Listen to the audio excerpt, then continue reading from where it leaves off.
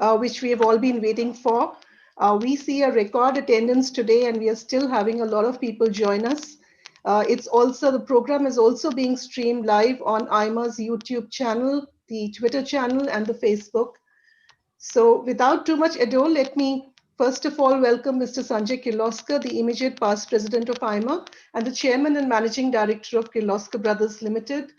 Ms. Muthia McCartan, co-chair of Covington's Public Policy Practice Group, Congressman Howard Berman, Ambassador Daniel Quillman, Senior Counsel, Mr. Will Witterman, Senior Advisor, Mr. Broderick Johnson, Senior Counsel, Public Policy and Political Strategist, Mr. Stephen Radmaker, Senior Counsel, Laith El-Hasni, Counsel, Matt Chipanka, Associate, and my dear friend Claude Smachta, who's made this session possible, Ivona Kesting, and I'm not sure if Ralph is there, but if Ralph is there, a big hello to you too, ladies and gentlemen.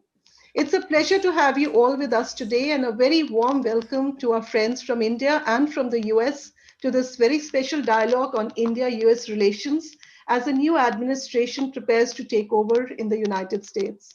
AIMA is pleased to partner with Covington and Burling LLP in bringing this very interesting session to you.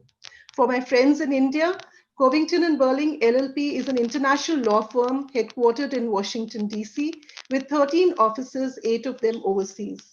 Since being founded in 1919, it would be hard to find many members of the Fortune 200 that have not worked for Covington.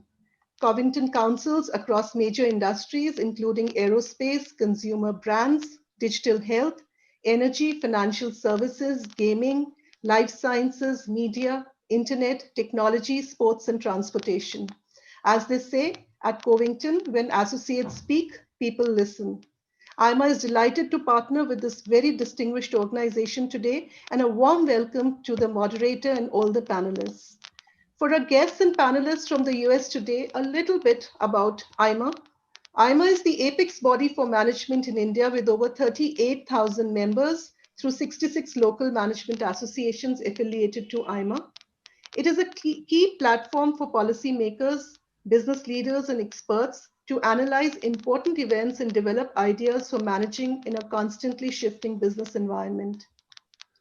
AIMA has a strong relationship in the US, and we work closely with UC Berkeley and UC Santa Cruz.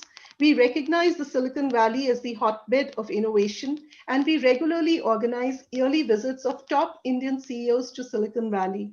We have been organizing very successfully a series of US-India conferences jointly with UC Berkeley now for over 4 years. Thanks to the COVID, we were not able to make it this year, but hopefully 2021 will be a better year. We also organize global advanced management programs for senior Indian management each year in the US, among many other initiatives. Today is another opportunity for AIMA to collaborate with a distinguished American institution to further dialogue between policy and business thinkers of the two countries. Mr. Kirloskar, it is a pleasure to have you with us, and many thanks for joining us for this session. You lead one of India's oldest manufacturing companies, which is the largest pump maker in the country. You have taken the company global with operations in Netherlands, South Africa, Thailand, the UK, and the US. As a global business leader, you have stakes in international relationships, particularly the one between India and the US. It would be great to hear from you your expectations of the new administration. We are joined by senior members of Covington's public policy practice who will break down the results of the US 2020 elections, including its potential impact on India. We are pleased to have Ms. Muthia McCartan to moderate the session. She's a co-chair of Covington's public policy practice. She also maintains strong ties to Senate and House Democrats. A distinguished public service career in the US House of Representatives includes senior positions with the Rules Committee, the Appropriations Committee, and the Parliamentarian's Office. We have an outstanding panel with some of the best policy experts and advocates in the US, and I'm pleased to introduce them to you today.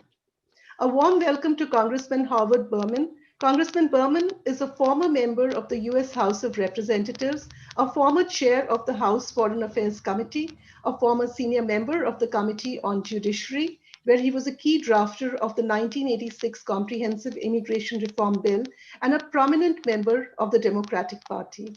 AIMA also welcomes Ambassador Dan Feldman, who is the co-chair of the firm's unique global problem-solving initiative and has served in a number of national security positions in government. He was a US Special Representative for Afghanistan and Pakistan, serving at the State Department for most of the Obama administration, where he also made frequent trips to New Delhi to meet his counterparts. Previously, he also served on the NSC staff in the Clinton administration and on the Capitol Hill. He's been engaged in foreign policy issues for all Democratic presidential campaigns for over 20 years. I'm also pleased to welcome Mr. Broderick Johnson, a public policy and political strategist with more than 3 decades of leadership. He previously served as Assistant to the President and Cabinet Secretary under President Barack Obama and Deputy Assistant to the President for Legislative Affairs under President Bill Clinton. He was Chief Democratic Counsel for several committees of the US House. He has also served as a senior advisor for several presidential campaigns, including the Obama-Biden campaign. A warm welcome to Mr. Bill Whiteman, who's a former special assistant to President George Bush and the president's personal liaison to the conservative movement. He's also held a number of senior staff level positions on Capitol Hill and advised on congressional and presidential campaigns. I'm pleased to welcome Mr. Steve Rademacher, who has wide-ranging experience working on national security issues in the White House, the State Department, and the US Senate and House of Representatives. Mr. Rademacher has strong expertise and experience on international policy, sanctions, and Committee of Foreign Investment in the US issues. Mr. Laith El-Hasni brings to the roundtable his significant experience in the US Congress and White House. Mr. El-Hasni most recently served as Special Assistant to President Obama in the White House Office of Legislative Affairs. A warm welcome to you. Welcome Mr. Matt Shepanka, an expert on policy. He works on policy issues that impact the tech industry and election and political law.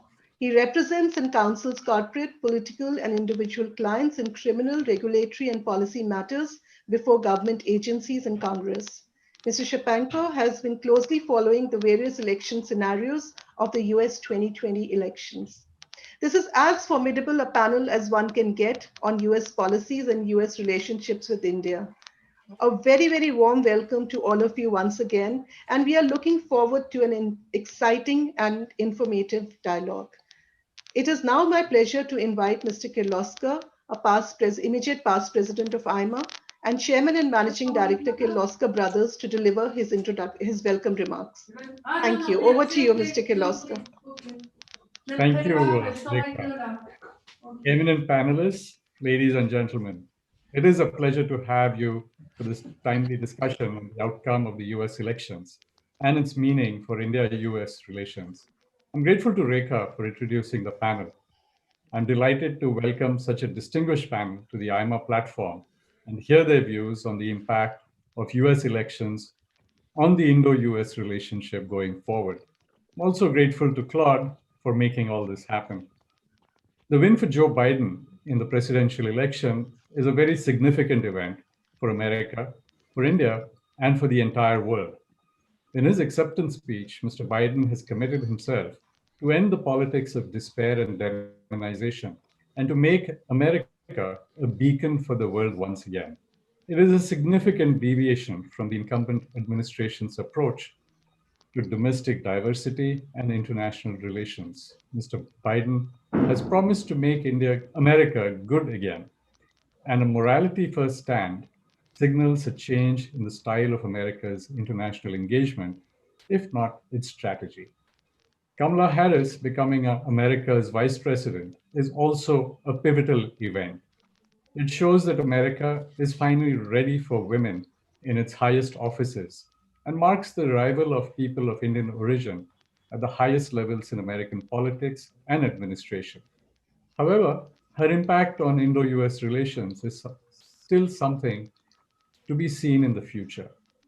The most remarkable thing about the 2020 elections has been the nearly even division of allegiance between the two presidential candidates and the two parties in the elections to the Senate and the House of Representatives. From an Indian perspective, this even division implies that neither the extreme right nor the extreme left will have total sway on American policies. The polarization, without a sweeping victory, means that both the right and the left will have to move towards the center for America to function. Refusal to listen to each other and to accommodate each other will be self-destructive. And America's business-first culture would possibly not permit that.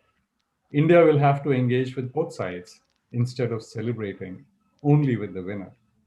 From India's perspective, hopefully the foreign policy of the new administration would continue to prioritize the containment of China and the promotion of Indo-Pacific cooperation.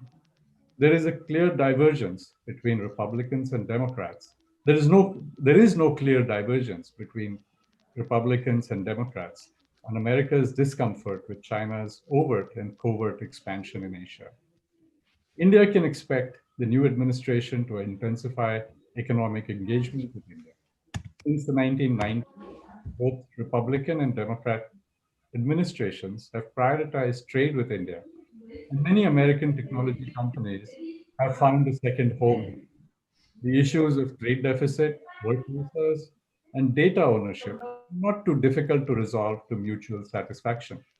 In fact, the newfound comfort of everyone with remote work should benefit both sides, as Indian workers can work for American companies and American workers can work on projects in India from where they are.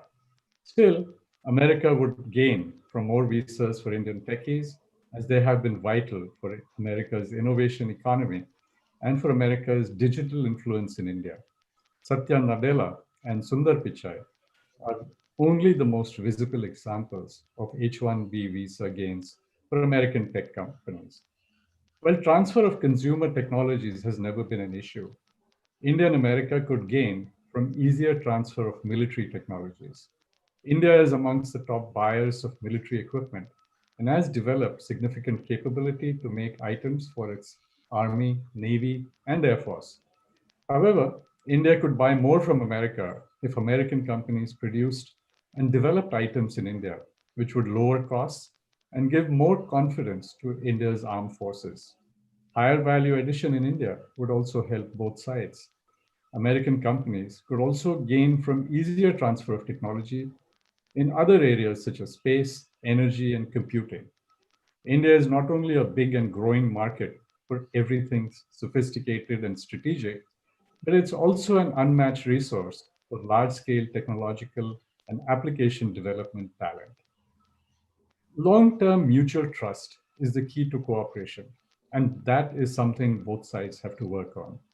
The biggest barrier to trust has been America's sanctions policy. And I say this as my own company was under US sanctions for supporting India's nuclear power program. Actually, every time we look at investing in a high technology area, as a company, we need to check what would happen if US policies change and whether we should really work with US companies. America's multifaceted interests in each part of the world and the crisscrossing of those interests complicate its relationships. Any change in administration in America puts tremendous strain on agreed deals. Also, any changes in domestic values and laws in America tend to extend to other countries, which can make America's partners nervous and spread their bets. The new American administration is therefore to ensure consistency and predictability in its sanction policies in order to consolidate its influence in Asia, where it faces challenges to its sway. It is a privilege to have distinguished guests from Covington in this panel, and they know Washington's ways better than most. We can look forward to a very informative and enlightening discussion in this program. It's now my pleasure to invite Ms. McCartin, Covington's co-chair of Public Policy Practice Group, to moderate this session. Thank you. Over to you, Ms. McCartin. Well, thank you. Thank you, Rekha, for that very warm welcome. And thank you, Sanjay, for those very insightful remarks. From the bios that Rekha described for you, I think you can see that we have put together a bipartisan team with both policy and political acumen who can analyze the new political landscape and help you to understand how it will impact policies that you care about. But before we delve into these policies, we thought it might be helpful just to take a step back for a moment and level set on this election and how we got here. And I'd like to start with Laith. Laith, can you briefly describe the current results of this consequential election? Biden has won the presidency, but who controls the Congress and which party prevailed in down ballot races, such as state legislatures, which are critical to next year's process of drawing congressional districts, a process which can heavily influence which party will dominate those districts. Laith? Yes, hi, Muftia, and hello, everyone. Thank you for having us. And I will just take a moment to look at the election, the presidential, the Senate, the House, and a few words on the state legislative races that have happened here this month. On the presidential side, it's clear at this point that Vice President Biden has won the election, but it's also the case that President Trump and many top Republicans have not conceded the race. And I know that can be a very destabilizing, confusing situation, both here domestically and abroad. And I think we're just going to have to wait to let things play out some. But there is some counting still going on. There are two states in particular that are very close, Arizona and Georgia. Vice President Biden is ahead in both of those states, but whatever happens with those states, that does not affect the outcome of the election. Vice President Biden already has enough electoral votes from the states to constitute a majority. Just a couple of thoughts. I mean, if you look at the 2016 President Trump win and compare it with this presidential race, there were 5 states that flipped from the Democrats to the Republicans, and also a portion of one state that has an unusual process. And 3 of those states were in the upper Midwest, Pennsylvania, Michigan, and Wisconsin. One was in the Southeast, Georgia, which I want to talk a little bit more about in a minute. One was in the Southwest, Arizona, and then a congressional district in Nebraska, sort of in the prairie area in the middle of the country. And President Trump appears to have been unable to flip any state from the Hillary Clinton map in 2016 to the Biden map now. So I'm happy to take questions on that, but that's the state of play with the presidential. In the Senate, things are still not yet completely determined. The narrow Republican Senate majority that the Republican Party took into the 2020 election appears to have been shrunk slightly, but everything is not resolved. And it is clearly the case that we will not know for sure who controls the Senate until after a January 5th runoff election in Georgia. Both Senate seats in Georgia are up, which is unusual. And it is further unusual to have both end up in runoffs. We expect, President Trump and how he handles the next month or two to potentially impact what happens in Georgia. The Georgia runoff process is a process that has traditionally favored Republicans. But we can't say for sure in a new Georgia, which it certainly has shown itself to be a different place than it has been for many years. We don't know exactly what's going to happen. Democrats will probably need to win both runoffs in Georgia to take the Senate. It is possible that they might only need to win one because of an unresolved Senate race in Alaska. So that's a little bit of an overview of the Senate. And one reminder, Democrats would only need to take 50 of the 100 senators to technically take the majority, because in our system, the tie-breaking vote in the Senate is the vice president. And of course, we are headed to a situation where Senator Harris, Vice President-elect Harris, would be the tie-breaking vote. So Republicans would need 51, Democrats would need 50. That's where we are. In the House, we walked into the 2020 election with a very significant Democratic majority, a large Democratic majority. And I think expectations were that Democrats were unlikely to lose anything and might actually gain some additional seats. And it's been a bit of a surprise that that's not what happened. Instead, Republicans made modest to moderate gains in the House and cut into the Democratic majority significantly. It's a little bit hard to say for sure how large a cut they made, because we still have some 24 House races that have not been called. But even looking at the various likelihoods of how those last couple dozen House races turn out, it appears that the Democrats will maintain a modest but not insignificant majority.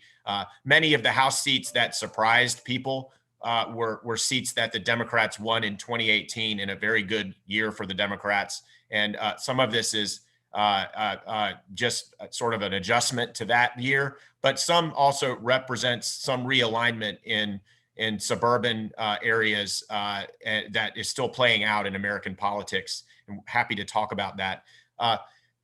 A word about our odd way of designing our states and their legislative districts.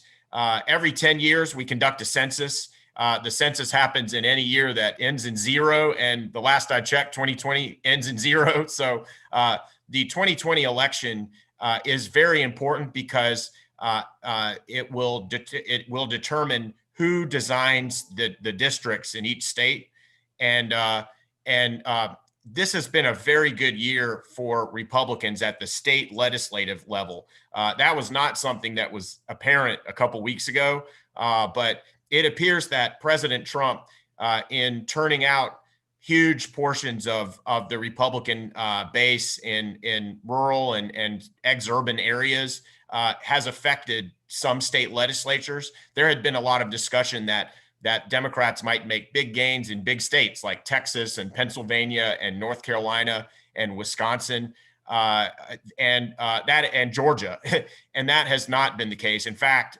Republicans appear to have consolidated their majorities in some of these swing states that are electoral rich and that in many cases have seen population growth in the last 10 years. So they will have a bigger influence on the entire congressional map by virtue of the increases in population. I just want to focus a little bit more on Georgia, almost as a case study. Georgia is in the Southeast.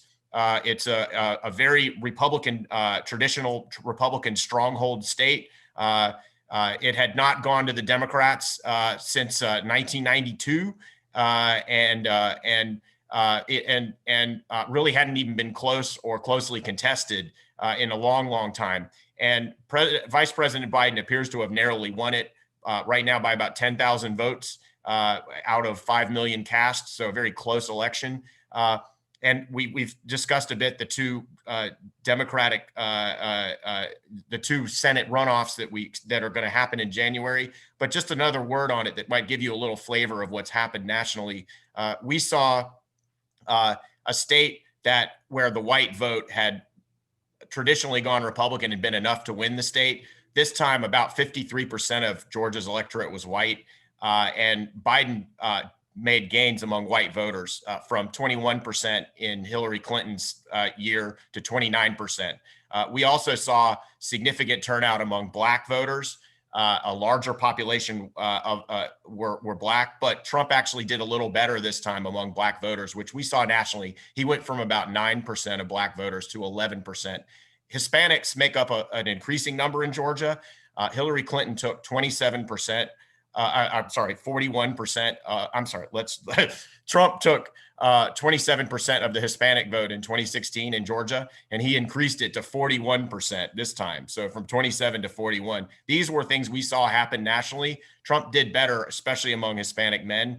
And people are going to have to take a look at Georgia's changing dynamics. But one further comment that would be interesting to this call is that Asian Americans, Indian Americans are making up a bigger portion of Georgia, and they also turned out, especially in suburban Atlanta. And I think we're seeing Georgia as an example of the changing dynamics in American electoral politics from a large, white population to an increasingly diverse population, but that poses opportunities and challenges for both sides. So I think I'll stop here. Happy to take questions. Muftiya, thanks for turning it over. Absolutely. Thanks, Blake. And you may have seen comments by the president challenging the counting process. While these are indeed extremely narrow margins in the battleground states, the president has undertaken a campaign to argue that the election was stolen and that Biden is illegitimate. For that reason, we asked our colleague, Matt Shapanka, to join us today. Matt is our election law expert, and he can explain the recounts and the legal challenges we are and will continue to witness over the next several days and weeks. So Matt, why did the vote count take so long, and what's likely to happen next with it?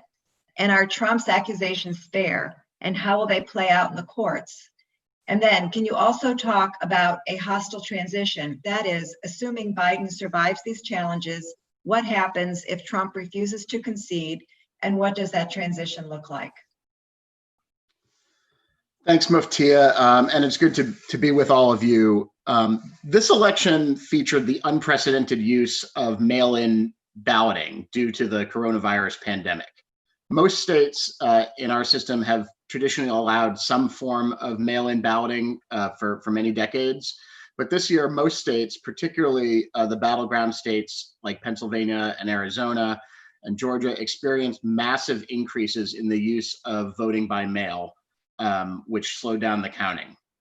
Mail-in ballots take extra time to process before they can be counted. They have to be opened and verified. And the laws in some battleground states, including Pennsylvania and Wisconsin, for example, don't permit election officials to process the ballots, much less count them, until election day itself. This slows down the count considerably, and that's why we didn't have a result until Saturday, even though the election day was on Tuesday. President Trump, for his part, had encouraged most of his supporters to vote in person on election day instead of by mail, which is the reason that the early results showed the president leading.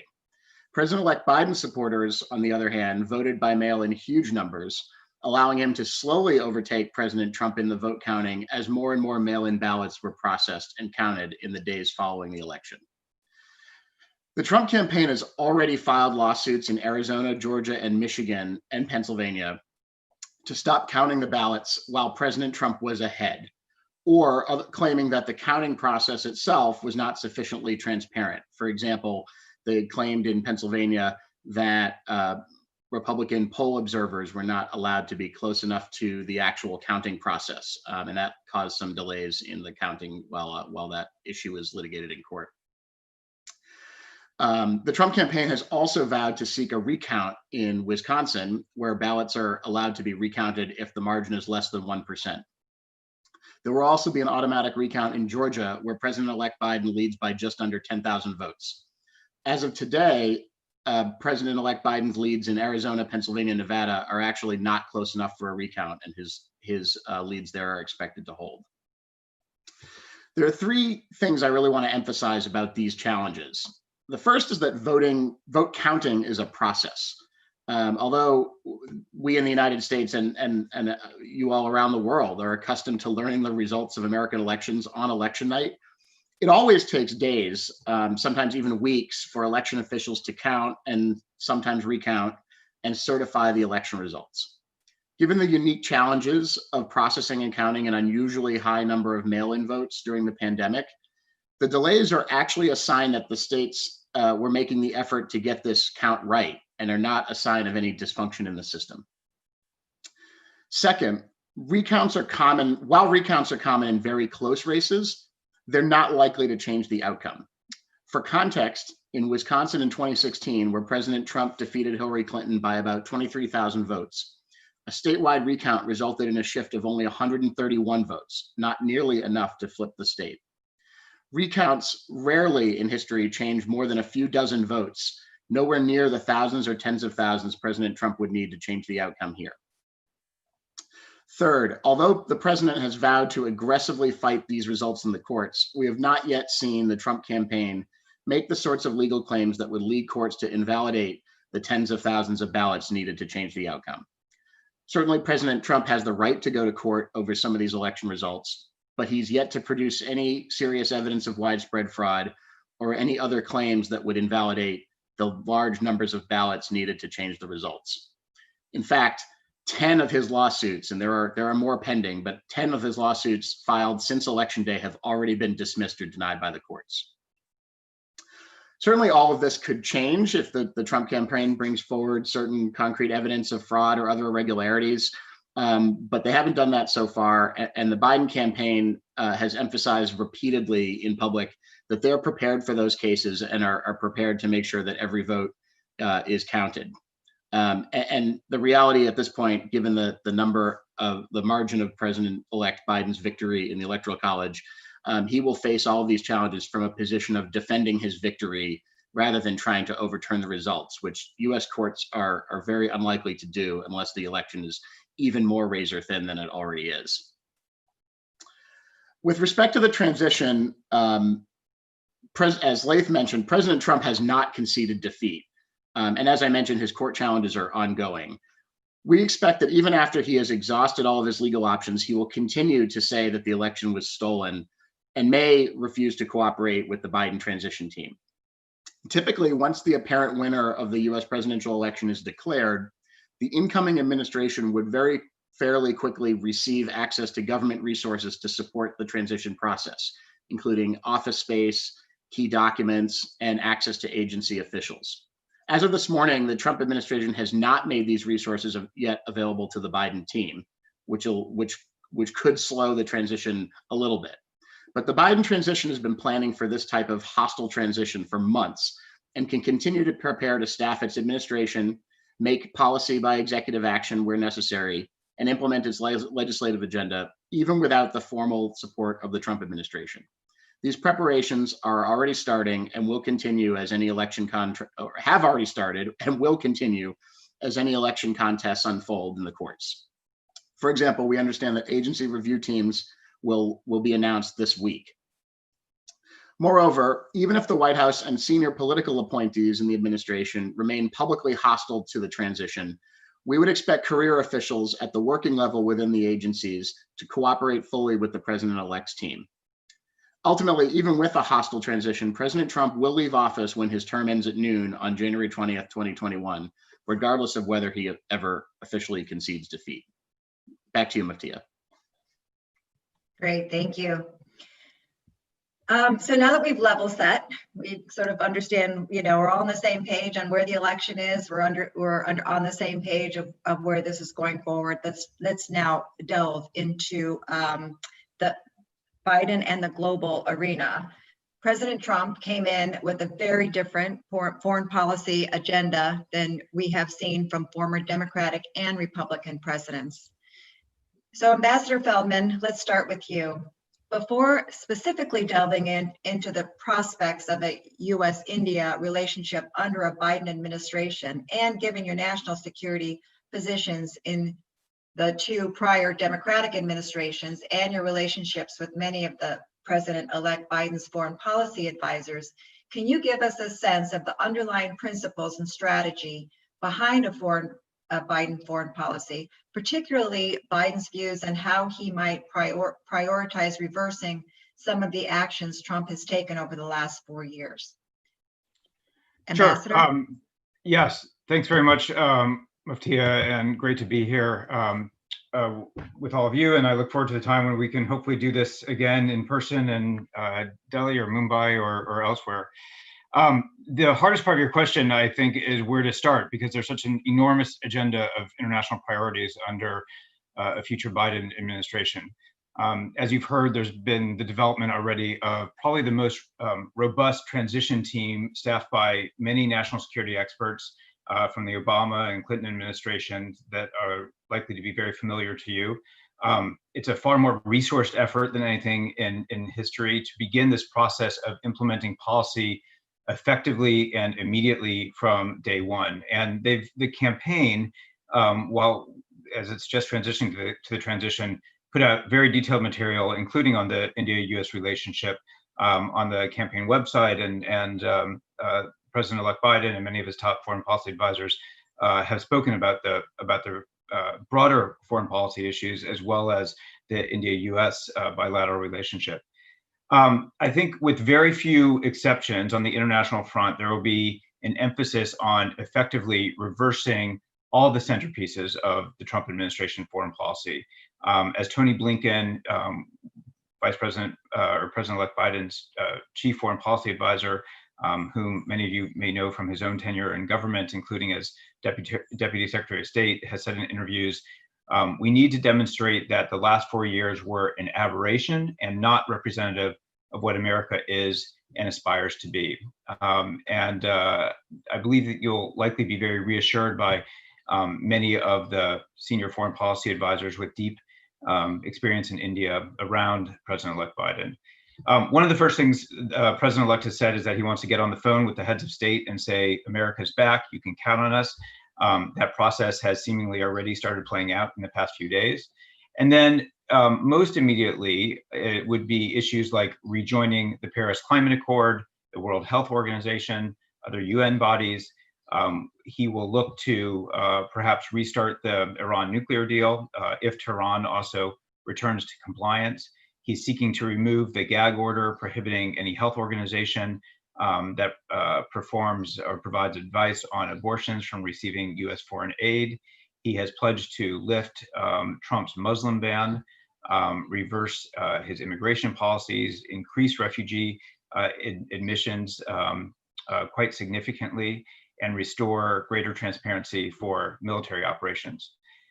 He's also said in his first year he wants to hold a summit for democracy with all ideologically like-minded nations to reaffirm U.S. leadership in alliances and commitment, and convene a new global climate gathering. The transition website has just gone live yesterday. They put out their first 4 key issues. Those are COVID-19, economic recovery, racial equity, and in the international sphere, particularly climate change, which is also going to be a real priority. So just before we go into the South Asia issues specifically, I would say my sense of the major themes of a Biden administration would be a return to multilateralism, though with a recognition that this won't just be status quo ante going back to the last day of the Obama administration, recognizing that times have changed and we can't just adopt those policies again, but reclaiming a US leadership role that we've really squandered on cross-cutting issues such as climate change, international health, nuclear proliferation, transnational terrorism, cyber war, a whole range of those issues. He will look to really reactivate and enhance key partnerships and key alliances, which have really been the bedrock of U.S. policy for decades, but were really disdained by President Trump. He recognizes that relationships have to be very broad-based, and so I think you would look at expansion of ties across a very wide range of areas, from clean energy to higher ed to science and technology cooperation, global health, trade investment, all those, as opposed to being dependent just on the personal relationships that the president cultivates with key leaders. And lastly, I would say that what will be a real hallmark of a Biden presidency is that process matters, that it will reimpose discipline and functional interagency decision-making. It will empower our key agencies, including the State Department and others, and career staff. And policies will not be made by tweet, but will be grounded in the strategic core national security interests of the American people.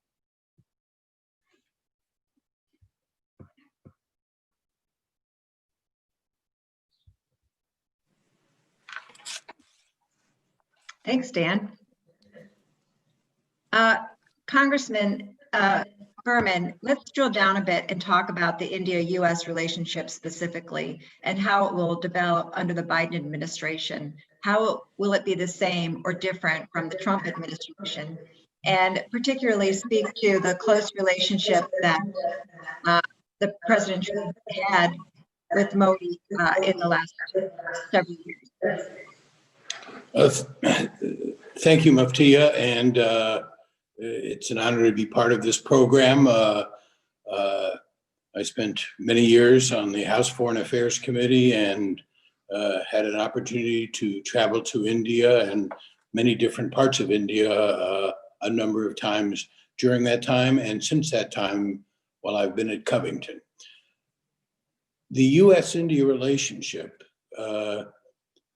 is a relationship that has strong and deep bipartisan support in the United States. Unlike so many other issues, at a time of intense polarization and bitter partisan fighting, we have seen in recent years coming together on issues affecting US-India relationships. A Bush administration proposed and supported and led the effort for a nuclear cooperation agreement with India when India was not a signatory to the Nuclear Non-Proliferation Treaty. The Democrats in the House, by and large, notwithstanding concerns on the proliferation issue, strongly supported the Republican administration's efforts to approve that agreement. In the Obama administration, the initiation of serious and meaningful efforts to enhance defense cooperation between the country started and continued into the next administration. India, notwithstanding a long historic and strong relationship with Iran, was helpful in creating the conditions and the effort of sanctions to bring Iran to the negotiating table, which led to the JCPOA. This issue may come back now with the change in administrations. In other words, and the current president with all the different conflicts the president has been into with other countries around the world and their leaders, the Trump-Modi relationship was a strong one and a positive one. And I think this will very much continue. Why? Because at a fundamental level, we're talking about the oldest democracy and the largest democracies in the world. And that feeling of wanting a positive relationship, I think ultimately stems from that belief. But it's much more than that. We have so many interests in common. President Modi, Prime Minister Modi, and President-elect Biden share a real concern about the consequences of climate change on their own populations and on the world. There's great technological capabilities in India that the United States wants to take advantage of, and vice versa. Energy security is a very important issue for both countries, and I believe the defense cooperation has opportunities to strengthen and become more important here. And then we add an issue, the issue of China. While I am convinced that a Biden administration would want to normalize more of that relationship, and I won't take the time to go into details here, the fact is there is both an economic competition and a geopolitical adversarial tension between our two countries, China and India. India becomes an important part of how we deal with a number of different issues. There's also a fundamental interest in the United States, in some cases in onshoring, but many cases relocating parts of the supply chain. The chance for US-India cooperation in that area is very great. So by and large, I think with all the other divisions that existed, there is a positive and growing close relationship with India that has a chance with President Biden's own personal views, as demonstrated when he was chairing the Senate Foreign Relations Committee, and since that time, to get even stronger.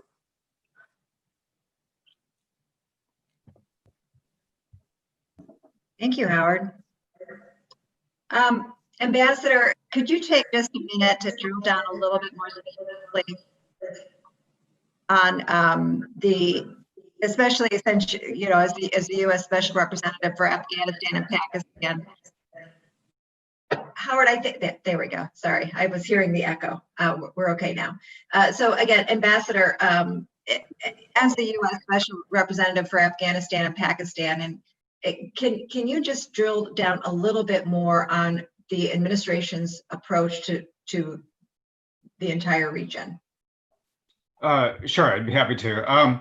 I think Congressman Berman was exactly right in putting it in the kind of historical frame and looking at President-elect Biden's own very long and proud history of support for the U.S.-India partnership as chairman of the Foreign Relations Committee and as vice president, but really systematically deepening and expanding our strategic engagement and people-to-people ties and collaboration with India on global challenges. In fact, I know that back in 2006, he said, my dream is that in 2020, right now, the two closest nations in the world will be India and the US. And he really worked to make that vision a reality, as the congressman said, in leading the charge in Congress on the civil nuclear agreement and in the course of the Obama-Biden administration in deepening that collaboration. My sense is that the Biden administration will continue to place or will place a very high priority on continuing to strengthen the U.S.-India relationship, but by addressing global challenges together as responsible partners. And so I think that means, as noted even in my overarching comments about foreign policy writ large, but especially in South Asia, collaborating with India on challenges from climate change to pandemic response, CT and defense, counterterrorism and defense cooperation, and moving from a transactional approach on trade to one that's focused on a broader and deeper partnership. I think that agenda, based on what they have put out publicly, including what the campaign has stated, would include continuing to strengthen India's defense and capabilities as a counterterrorism partner, improving health systems for pandemic response, looking at areas of cooperation like space exploration and higher education. But it will also mean an emphasis, I believe, on respect for the shared core democratic values, including free and fair elections, freedom of expression, and religion. And I think you will see a much more comprehensive relationship rather than one that's narrowly focused on a few key areas. Thanks, Ambassador. So in a few minutes, we're going to discuss in fuller detail. I know Congressman Berman talked a little bit about the U.S. relationship with China and how that will impact the administration's relationship with India. But we thought first it might be helpful, again, to take a step back, get a bird's eye view of the new administration's approach to international trade and sanctions, particularly whether Biden will seek multilateral coalitions to enhance leverage in negotiating trade deals or confronting bad behavior. And for that, we'll start with Steve Rademacher. Steve, as someone who has been advising policymakers on trade and sanctions issues for decades, can you explain to us how this administration will view sanctions, such as those now impacting Iran and Russia, and how that view will differ from Trump's view? Can you also discuss legislation on sanctions that may find bipartisan support in Congress? Thank you, Muftiya, and I'm happy to address that, and also delighted to be able to participate in this webinar. I think, as everybody knows, sanctions have become a favored foreign policy tool of both the U.S. Congress and the Trump administration in recent years. And I think with the advent of a Biden administration, you will not see a fundamental change in this. I don't think Biden was elected on a platform of rejecting the use of sanctions as a U.S. foreign policy tool. I think he has articulated the view that sanctions should be used more judiciously and in a more cooperative way with other countries than has been the case under the Trump administration. I think he will probably be less inclined to threaten our own allies with the use of sanctions, which has sometimes happened as a result of both administration action under the Trump administration, but also pressure from the US Congress. With regard to Iran, I think it's likely that there will be some change in the US sanctions policy. Under Trump, what we've seen is a policy of maximum pressure on Iran, with the administration announcing new sanctions on Iran virtually every week to increase the economic and political pressure on the Iranian government. Biden comes to office committed to reversing Trump's policy on Iran. He wants to bring the United States back into participation in the JCPOA. Now, will he do that by immediately withdrawing all or removing all the sanctions that were imposed during the Trump administration on Iran?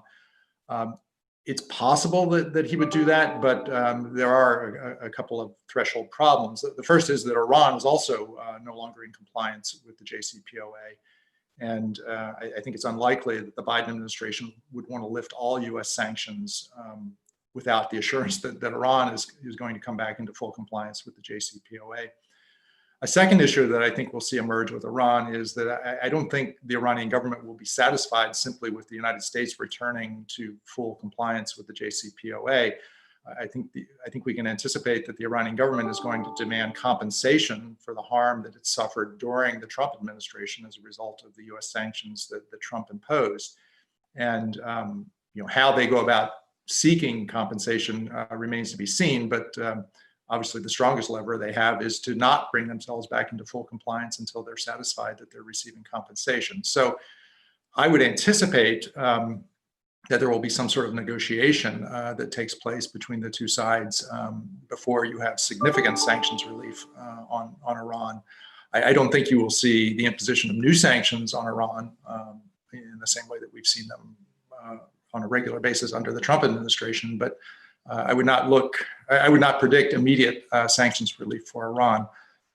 With regard to Russia, under President Trump, the imposition of sanctions on Russia was largely driven by the Congress, primarily because of the belief in Congress that Russia had interfered in the 2016 presidential election to benefit Trump's candidacy.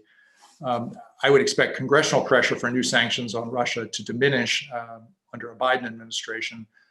Over time, Biden may move in the direction of trying to relax some of the sanctions, but I think that will not be a top priority. There's still a number of significant issues, points of disagreement between the United States and Russia that will continue under the Biden administration. And I'd also point out that Congress, in imposing sanctions by law on Russia during the Trump administration, did not trust President Trump to administer those sanctions, so that they wrote into the law measures designed essentially to tie the president's hands and make it very hard for him to eliminate sanctions on Russia. Those provisions of US law will not go away with the end of the Trump administration. So actually, President Biden will be significantly constrained by law in moving to eliminate the sanctions that are currently in place on Russia.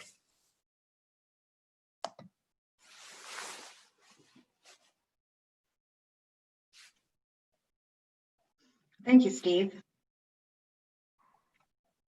Howard, can you also, Congressman Berman, can you also explain whether the Biden administration will aggressively pursue trade agreements, and will they pursue those on a bilateral or multilateral level? And will Congress give Biden trade promotion authority, which would fast track any implementing legislation, without which would make negotiating free trade agreements difficult?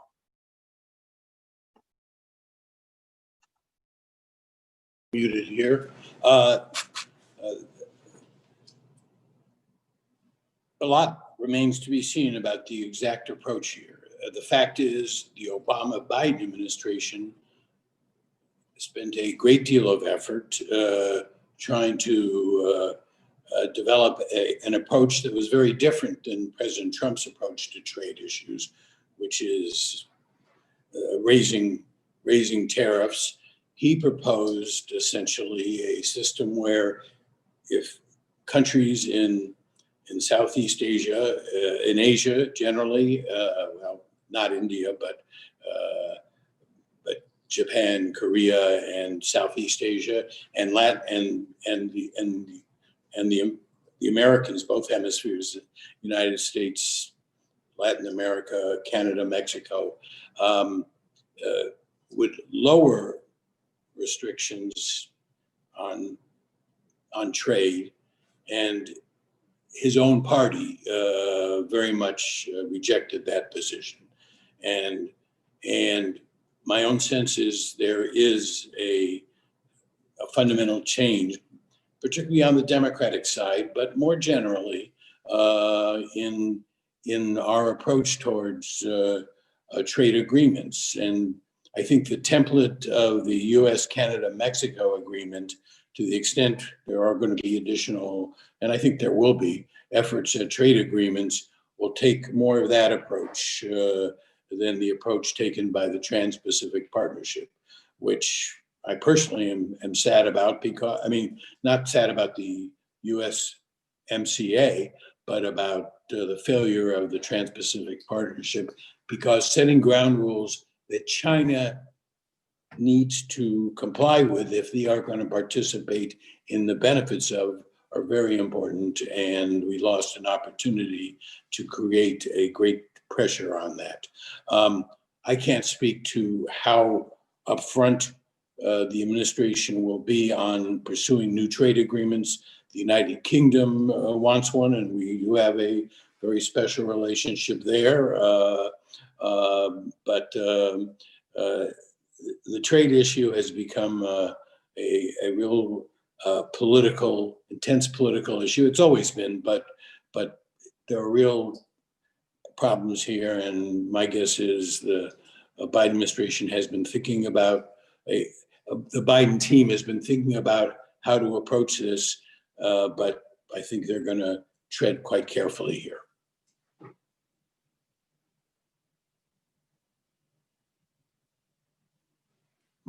Back to you.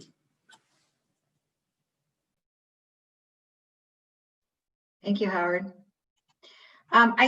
I think now, I mean, hopefully we can have some time in the questions to get back a little bit more on the U.S. relationship with China and how that will impact Indian companies. But I'd like to move, given where we are in the time, on some major legislative initiatives that we can expect on the domestic side, but they're very impactful of Indian companies. So let's start with immigration reform and H-1B visas. The Trump administration broadened the priorities for enforcement of immigration laws, built a wall at the southern border, temporarily suspended refugee settlement, and suspended visas to nationals of several countries. Indeed, he most recently introduced 2 fast-track regulations before the end of the year to make it harder for foreign skilled workers to qualify for H-1B visas and harder for U.S. companies to afford to hire them. Lath has been closely following Trump's restrictive immigration and refugee policies, including these most recent executive order on H-1Bs. So Lath, will the Biden administration roll those back? And what other executive orders impacting immigration and refugee policy can we expect in the first 100 days of a Biden administration? Thanks, Muftiya. You know, I think that one of the impulses that pretty much flows all the way through American politics right now, both on the left and the right, is an impulse to provide an opportunity for U.S. workers to get jobs first. And President Trump used that impulse as a way in for his administration to impose extreme restrictions on our process for issuing visas, and certainly ultimately green cards. I know that has been a terribly painful process for Indian businesses, Indian families, and I think that impulse exists on the left, but in a little bit of a different way. It's a little bit more of an organized labor, American worker, perspective. And I think President-elect Biden will be sensitive to that impulse, but at the same time, much more conciliatory and much more inclusive in the ways that his administration tries to deal with difficult issues around H-1Bs and around the L visa, H visas. These are places where Trump, frankly, didn't see much reason to compromise. President Trump has not tried to, in a comprehensive way, deal with these issues. He's sort of treated them as one-offs. I know that that you guys closely follow the S-386 country caps legislation that's before Congress right now, and Senator Harris has been active as a Democrat on that issue. She probably will continue to be. I think, one thing that we'll know more about after the Senate is resolved in January is whether, there'll be a serious effort at a larger set of immigration changes that this issue can be dealt with as a part of, or whether we'll see this continuation of trying to deal with the country caps, the H-1B issues by themselves, which has proven to be difficult to find consensus on, to say the least. And I don't think that would change. I think we'll continue to see, difficulty in finishing off a real H-1B policy that both parties can live with, unless it's embedded in a larger effort to deal with immigration issues. Thank you, Muftiya. Thank you, Laith. And Congressman, as the architect of the 1986 Comprehensive Immigration Reform Act, can you just amplify for us what the next Congress with this divided government, the possibilities for moving any kind of immigration visa bills in the next Congress? Yeah, at a fundamental level in many areas, but particularly on immigration, unless the Democrats take control of the Senate, which is not only is it not guaranteed, but they start having to do something that hasn't been done in Georgia in a very long time, win special elections. Nothing is going to get through Congress that doesn't on immigration that doesn't have bipartisan support. I certainly agree with Laith that in areas where the president can undo executive actions taken by the Trump administration, he will do it. He's already announced that legal status and work authorization for Dreamers is going to be one of the first executive orders he puts out, and certainly restrictions that the law doesn't require, but that he has chosen to take through executive orders on H-1B things, I think could very well be revisited and lifted. But to get a fundamental reform on legal immigration and the changing of the immigration law, it's going to have to be a bipartisan approach. That's worked in the past on several occasions, but not recently, not since really 1990 have we truly had a comprehensive bipartisan immigration legislation, and I'm skeptical.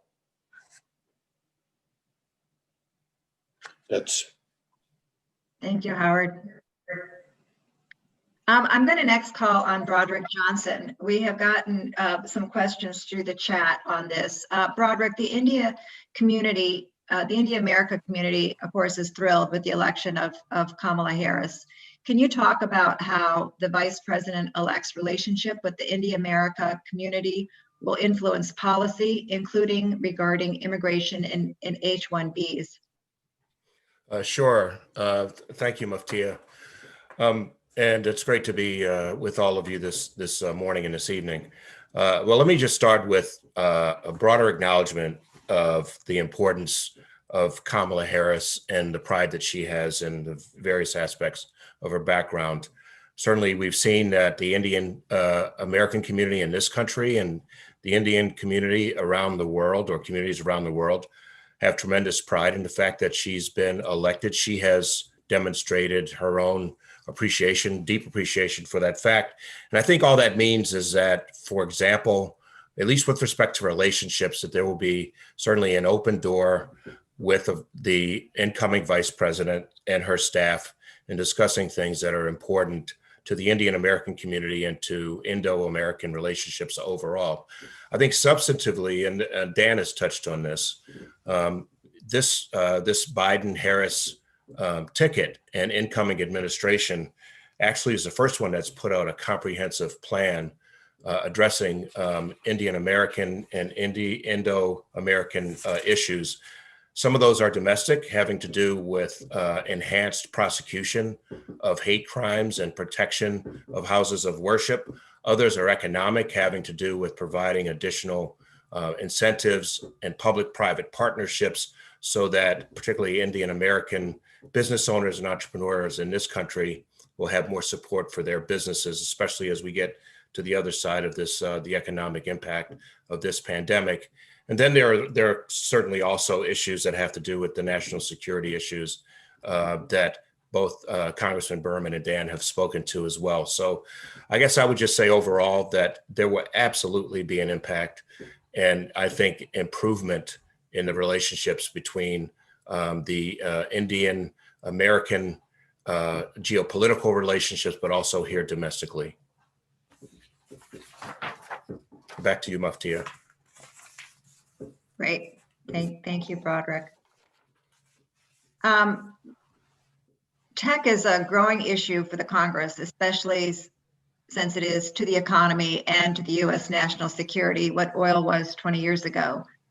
Bill Wichterman, can you describe the prospects for legislation in the next Congress on policies that the tech industry watches closely, such as IP, privacy, cybersecurity, and antitrust, and particularly how this might impact companies in India? Yes, Muftiya, thank you very much, and good evening, everyone. I'd say that there's the overall narrative that you should think about in this Congress and what will happen with a Biden administration, and assuming that the Senate remains Republican, is a lack of major legislative initiatives that will actually make it all the way through the process. And so you might often read stories about some bill that's passed through the House of Representatives and get concerned or excited about it. But let me reassure you that it's unlikely to get through the Senate, where it's still required to have a supermajority to get things done. And so everything except the most consensus kind of activity will be largely thwarted. And so expect to see many stories in the next 2 years about the gridlock, which will grip this administration and this Congress from getting things done. In the specific areas of intellectual property, I don't expect anything to pass. There's not a consensus within the Congress as to what to do, whether or not to strengthen or weaken IP rights. There's ongoing concern about China's IP violations, but no consensus is about what should be happening on a domestic front vis-a-vis intellectual property. On privacy, there's a lot of concern, more of it on the Democratic side than the Republican side, but also a lack of a consensus exactly what that would mean, whether or not we go down the kind of the route of what Europe has, the GDPR. So it's hard to see that there's going to be a major privacy bill which makes it through to the president's desk.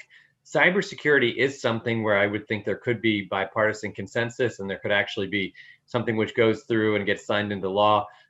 Deep concerns about China vis-a-vis cybersecurity. And I think that whether it be 5G space, or if you're following the Open Radio Access Network, ORAN, as a way to kind of circumvent Chinese hegemony in the infrastructure space, I think both of those are very possible to see the president and the Congress undertaking initiatives to make sure that China doesn't have a stranglehold on telecommunications worldwide. And then finally, on antitrust, I think there won't be any legislative initiatives that make it through to the president that expand antitrust authority. This administration is more bullish, I'd say, on antitrust enforcement. I think that could find expression in both our two antitrust authorities, the competition authorities and the Department of Justice, and also the Federal Trade Commission, giving more scrutiny to mergers and acquisitions.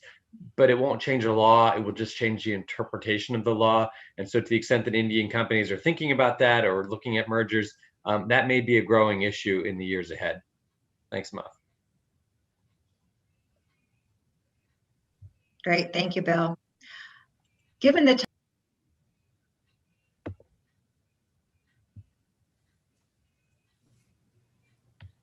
Mufti, I think you just hit mute. Okay, can you hear me now? Yes. Okay. Given the time, we're going to move into Q&A. And the past president of AIMA is here, and so I would like to call on Rajiv Kaul for the first question.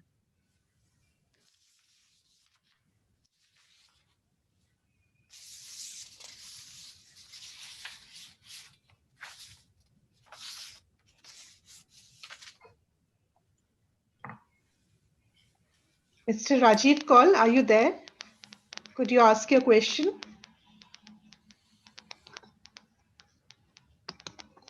Yeah, I'm just unmuting myself. Am I audible?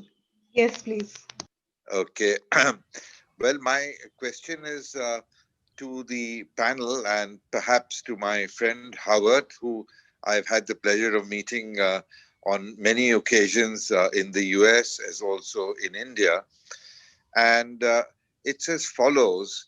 With in India, China, US tensions, which we witnessed in the last couple of years on the trade front with the US and with India on the border front, and indeed also on the trade front, because we have also a huge trade deficit with China. I was wanting to know what your policies that you see under the Biden administration impacting on the area of trade with a view of both countries in terms of reducing the trade deficit, and with the US particularly on the area of high and sensitive technology on the one hand, and on the other in terms of trying to contain the expansionistic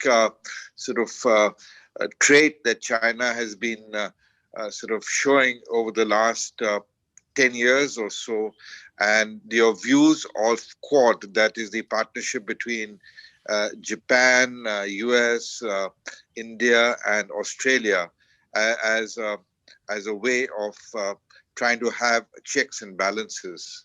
So I don't know who would like to answer that, but I'd love to have your views. Thank you. Howard? Well, one fundamental part of a Biden foreign policy is working with allies in a way, and coordinating with allies in a way that we didn't see in the past 4 years. There may be others on the call from our firm who can be more specific, but I certainly see very different alignments wanting to deal with the issue of China's expansionist concerns and particularly some of the national security issues that are involved in some of the trade. And I already mentioned the issue of re-examining supply chains and diversifying them. And I think this becomes important. Perhaps others on the call give some more specific views, but I do want to stress again that these are very controversial views in the Congress.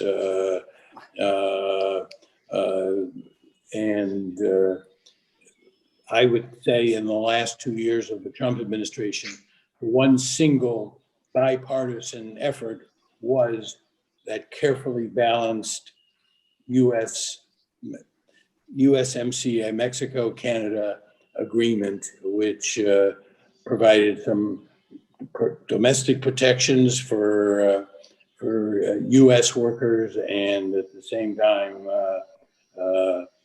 made the possibility of expanded activity as a replacement to the NAFTA agreement.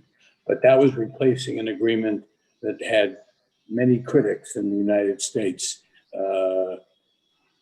I'm not quite sure how fast and how quickly we will see an administration policy on other trade agreements. But the alliance issue that you raised, Japan, Australia, India, the United States, is certainly one of the mechanisms that I think will get stronger, more coordination, more diplomacy focused on what I think are in all four of those countries' interest. So let me just add on to Howard on that, specifically with regard to the trade relationship between the United States and China. Vice President Biden and the Democrats in Congress were critical of Trump's tactics in dealing with China, but I do not think they were critical of the overall direction of his policy. They supported the idea of taking a tougher line with China, trying to change the fundamental terms of the economic relationship between the United States and China. And so, a particular question that arises, similar to the Iran question, will a Biden administration roll back the tariffs that President Trump imposed on China to gain negotiating leverage against China? I think the general expectation is that he will not do that immediately, that he will retain the leverage that those tariffs give him. He will want to get something from China in exchange for rolling back the tariffs imposed by the Trump administration.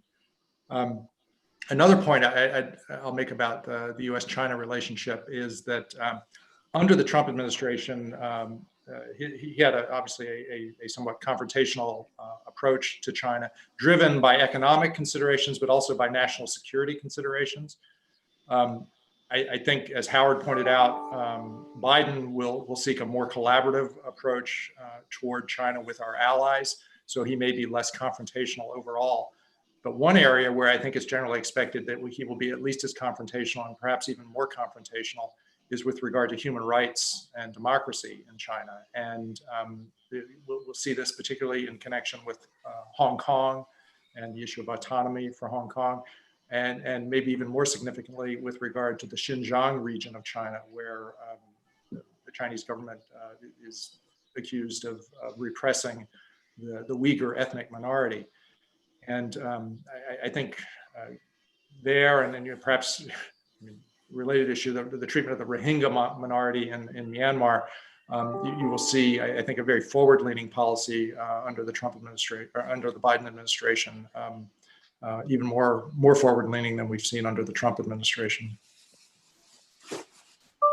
I can just add a few additional thoughts as well, although I fully concur with Congressman Berman and Steve. Certainly, China is, one of the, if not the most complicated national security topic, in large part because there's a recognition that, we wouldn't necessarily go back just to the status quo ex ante, but that it's also not necessarily sustainable to be in the midst of multiple trade wars with China.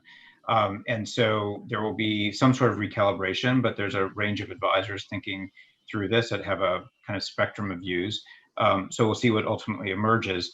As Steve noted, the president-elect has indicated that rather than immediately revoking the Trump tariffs on China and lifting sanctions, he'll review Chinese trade and industrial practices, but said that he frames it as the president-elect has said the U.S. does need to get tough with China, but that the most effective way to meet that challenge is to build a united front of U.S. allies and partners to confront China's abusive behaviors and, as Steve noted, its human rights violations, while still seeking China's participation to solve problems like climate change and North Korea. So getting the U.S. shop in order is important for that. Specifically with regard to what it means for for South Asia and India. The Biden administration will continue to work with India to support a rules-based and stable Indo-Pacific region in which no country, including China, is able to threaten its neighbors with impunity. I think it will continue with the framing of that Indo-Pacific strategy, which the Trump administration has used, but was originally formulated, I think, by Prime Minister Abe over a decade ago, in which the Obama administration used in describing it as the Asia-Pacific and Indian Ocean region. And certainly the use of multilateral fora, particularly the continuation of the Quad and other alliances like that, which have been there for many years. They were elevated to a leader level, but that investment in alliances will be very, very critical. And you know, we'll see then what that means as well in terms of India's ability to continue to use, and I think very judiciously use, an array of tools at its disposal to address China hostilities, including the border dispute. Thank you very much for a very comprehensive response from the panel. Appreciate it. And also to Claude for putting this all together. Fantastic. So I'd like now to call on Atmaram Saragi, who is also a past president of AIMA. Mr. Saragi? You're on mute. Mr. Saragi, you're on mute. Yeah. Can you hear me now? Yeah. Yes. Yes. Well, I have a pointed question to the moderator, and she may direct any of the speakers to answer that. All of the speakers and the moderator must be aware of the standoff between India and China on the border, where China has occupied a large portion of India's territory. And despite so many meetings and the communique between the foreign minister of India and China, the things have not moved. And they are still standing there. What is the likelihood? I know nobody can answer it in 100% certainty, but what is the likelihood that the United States will come to help if there is a military action between India and China? Like the Soviet Union did at the time of the Indo-Pakistan war over Bangladesh, where they sent their fleet to counter the US fleet, which was supporting Pakistan at that time.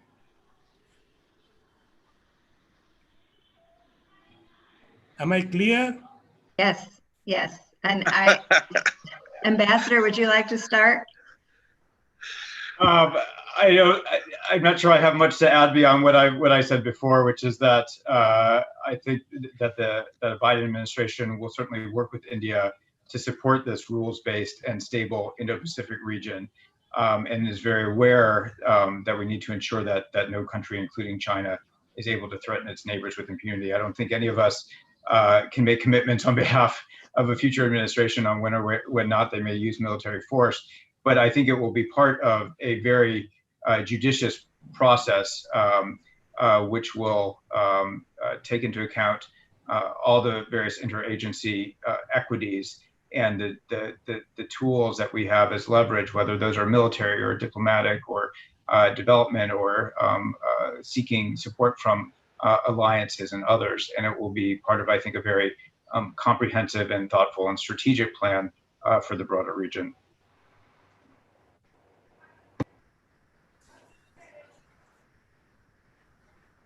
May I make it more pointed, Madam Moderator? Please. Well, do you see any possibility of 7th Fleet of United States putting pressure on China in case there is military action on the border between India and China? Am I clear, Madam? I know it's a difficult You're clear. question. I suspect that we don't have much more to add on this unless I'm wrong, Ambassador or Congressman or Steve. Let me just say, as sort of an outsider to this, because I'm not an advisor to the Biden campaign. I think in the event of a serious military confrontation, and let me go beyond that, in the event of what is perceived as Chinese aggression against India on the border, I think the politics in the United States would be strongly supportive of backing India in such a confrontation. And I think the backing would certainly be political and diplomatic. I can imagine in a real crisis, in the emergency provision of defense articles to India to assist in responding to Chinese aggression. Direct U.S. military involvement, the deployment of U.S. forces to aid India in defending against Chinese aggression, I think is less foreseeable, just because India is a large and strong country, and I think there's a belief in America that India can probably defend itself. Maybe it needs a little help, but it doesn't need the U.S. military to assist India in defending its territory. So I think there would have to be a very dramatic change before that would be something that would be widely supported in America. But providing political and economic and diplomatic support and even provision of defense articles, as I say, I think would be widely supported if that were necessary to respond. Thanks, Steve. I think now we will call on Mr. Hemant Narurkar. Do you have a question for us? Also a past president of AIMA. Okay, thank you. First of all, let me thank all the panelists for a very, very comprehensive review in such a short time. So thank you very much. I have a question regarding we have been on the international, let's come to the domestic US.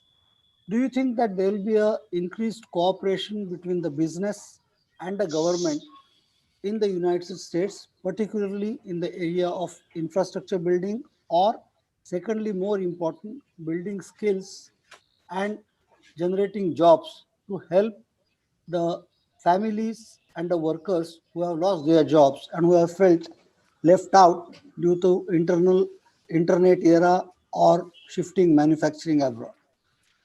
Any views from the panelists? I think I want to make sure I have your question right. So you're looking at jobs and expanding internet access and so on in the United States? Yes. Because sure. Yes, I think we'll go ahead. There's a couple of people we can call on, but Broderick, let's go ahead and start with you and talk about broadband and infrastructure stimulus and COVID stimulus for that matter. And Broderick, you may also want to touch on Buy America provisions of any of those stimulus packages.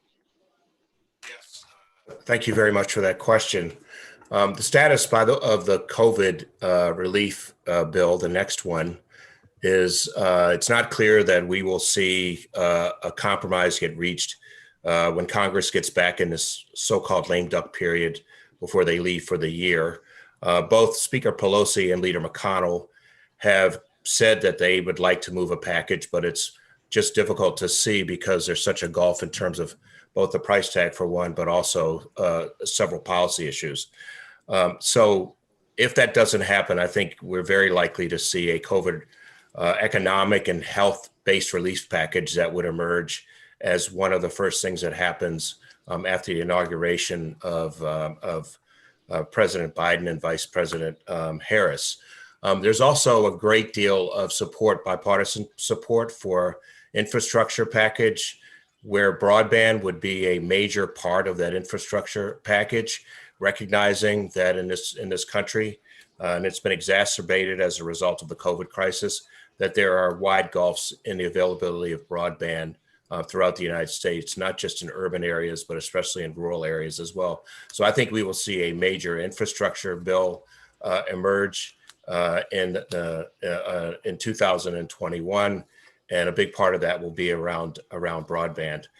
There are other issues too, and one I wanted to highlight that we think is very likely to be part of the next COVID relief bill, and that has to do with onshoring of drug manufacturing in the United States. both parties, both Democrats and Republicans, have expressed support for a more self-sufficient U.S. biopharmaceutical supply chain intended to release reliance on foreign source ingredients and products via policies and programmatic funding to ensure greater domestic manufacturing of essential medicines and other healthcare products. President-elect Biden put forth a major Buy American plan as part of his platform going through the campaign, and I think we will see that as a major part of what he does going forward as a new president. So I hope that's helpful to your question. Thank you. Thank you. Yes. And my next follow-up question on the same was that will there be a very concerted effort for skill building? You know, you have to do manufacturing of pharmaceuticals or anything in United States, or have a Internet of Things in a big way. But the local skill building, are there going to be any special efforts? Well, you've asked the right person on this panel, because that's actually one of Broderick's areas that he spends a lot of time focusing on. So go ahead, Broderick. Yes, that is a major, of course, issue in this country, and I do a lot of work around that. A great deal of attention around, for example, future of work issues, even with respect to the retail industry in the United States. There's a wide recognition that technology, the Internet of Things, artificial intelligence, all come into play. A great deal of concern that as the world and the country move more in that direction, that many millions of people could get left behind. I work with clients who see opportunities here to make sure that technology-based, skills-based agenda, both in the public sector and the private sector, get a great deal more investment and attention. So there's a lot that's being done around that in this country, and really appreciate that question. Thank you. So we're at time, but let's do one more question. Mr. AJ Mehta, do you have a question for us? Yes, thank you very much, and really appreciate the insights of this panel. It's been really enlightening, and a lot of the questions I had actually were answered, but yes, I'll go one level deeper on the immigration issue. While I understand that fundamental changes to the immigration policy, etc., are definitely a lot more complicated, and you don't see fundamental shifts there, but not only from an H-1B standpoint, but also from an F-1 standpoint for students. You know, for Indian students, America is a great destination to learn skills and then to come back or to stay back in the US and so on. So what are what does the panel or anybody in the panel see as the first few actions from the Biden-Harris government on the immigration policy? Any not fundamental changes, but certain changes that we can that we will see that the government will bring into place in the next 100.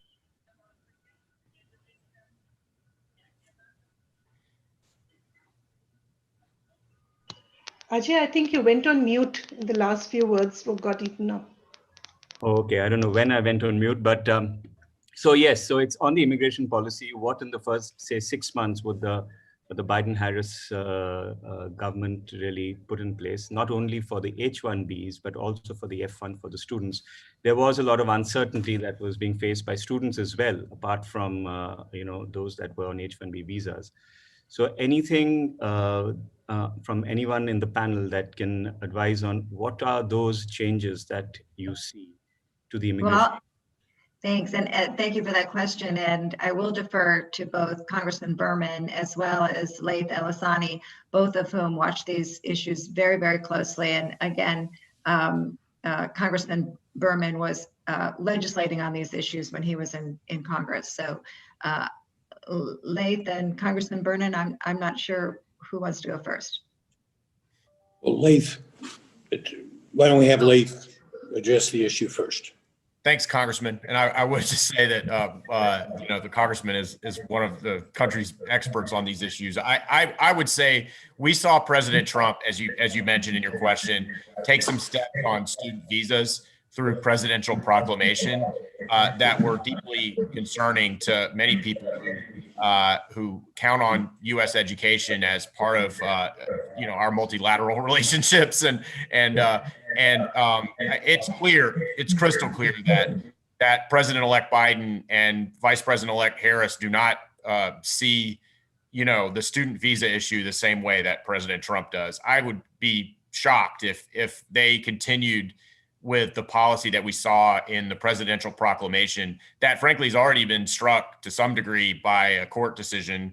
And it's clear they'll take a different tack. In terms of the first 6 months, I would say that even though big comprehensive, reform is going to be hard to come by, you'll see different people placed in positions of importance in the Biden administration that look way different than the folks that President Trump has appointed to those positions. This is going to be true at the State Department, at Homeland Security, at the Labor Department, at the Department of Education, the places that that will have to redesign our student visa policy and other similar policies. And I think they'll just reflect a more nuanced and a more multidisciplinary approach to the whole issue. I think President Trump has seen immigration as a way to galvanize sort of conservative, social conservative forces on the right, and the Biden tack on this will not look like that. It'll take into account some of these more nativist viewpoints, but it'll also take into account the needs of industry and the importance that student visas have played, but in what we have to offer to a country like India and what India has to offer to the United States. And so I would say you'll feel better about it. It'll look a lot different, and you'll be more assured that these different equities are all being taken into account instead of just some domestic equities in the U.S. And I agree completely with what Lace said. Within the Trump administration, officials and some of I describe it as far-right media, have described in some cases, particularly with respect to China, student participation is really a spying effort to gather critical national security information and other kinds of things. My assumption is this is massively exaggerated, but that is one issue that my guess is any government will want to find out what evidence and basis there is for these sweeping conclusions before making changes. So, but I think it's going to go in the direction that Laith described. Sure. Thank you very much. Thank you very much for your answers. So, Rook, I should turn it back to you. Thank you for the opportunity to have this discussion. We really enjoyed it.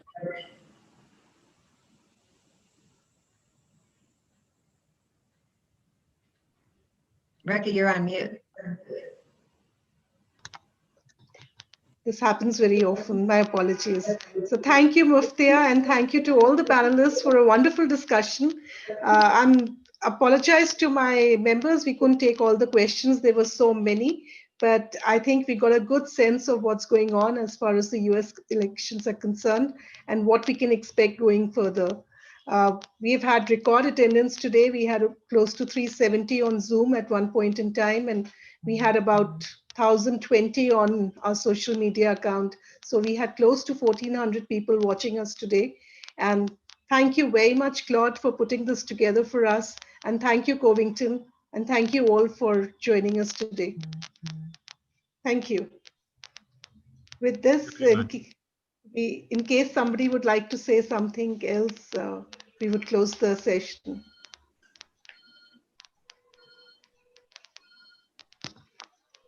Muftiya, would you like to say something to close it? Oh, no, thank you very much. Again, I'll just repeat what I just said. It was an interesting conversation. We really appreciated the opportunity to have it. You know, obviously, much of what we're saying here is speculative, but it's speculative from an informed point of view. So, you know, take that into consideration when you start to digest some of the things that you heard today. Maybe we should do another session after, you know, January to see how much of what we talked about today really actually happened. Absolutely. Thank you. Thank you very much. And with that, thank you, everybody. Good night, and hope to see you all soon again. Bye-bye. And happy Diwali to everybody. And happy Diwali to